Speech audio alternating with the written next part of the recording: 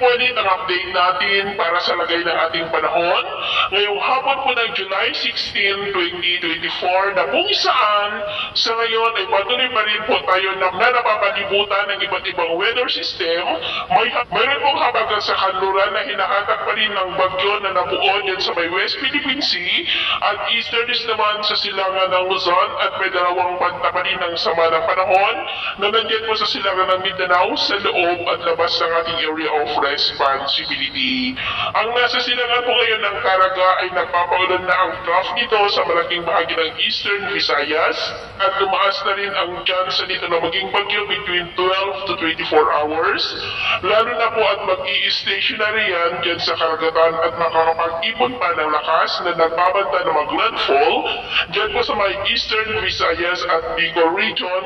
at posibleng tutungo po yan dyan sa may Philippine Sea hanggang shallow LPA naman na nasa labas ng ating area of responsibility ay posibleng lalakas yan bilang bagyo bago mag-weekend at nagbabanta na magsasanib ang dalawang potensyal na bagyo dyan sa may Philippine Sea na mas lalo magpapalakas pa ng habagat lalo na po next week. At ito nga yung pinapakita ng forecast model nating ginagamit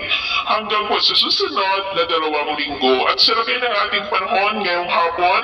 dahil po sa habagat, trough ng sama ng panahon at mga localized thunderstorm ay maulap ang kalangitan with isolated light to heavy rains, lalo na po dyan sa malaking bahagi ng Eastern Visayas, ilang bahagi ng Central Visayas, Western Visayas, Bicol Region, Mimaropa, Calabarzon, Metro Manila, ilang bahagi ng Central Luzon, Ilocos Region, Cordillera, Cagayan, Sulu Archipelago, Zamboanga Peninsula, Sorsogon, Davao Region at ilang bahagi po ng Caraga na posibleng magtuloy-tuloy ang mga isolated rains sa ilan pang bahagi ng ating bansa hanggang mamayang gabi po.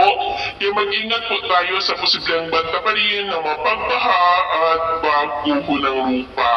At sa ating mga baybayin, wala naman po tayong nakataas na namang warning signals pero iwasan muna natin ang papalaot dyan po sa seaport, dyan po sa silangang baybay ng Mindanao dahil nandyan po yung sama ng panahon natin.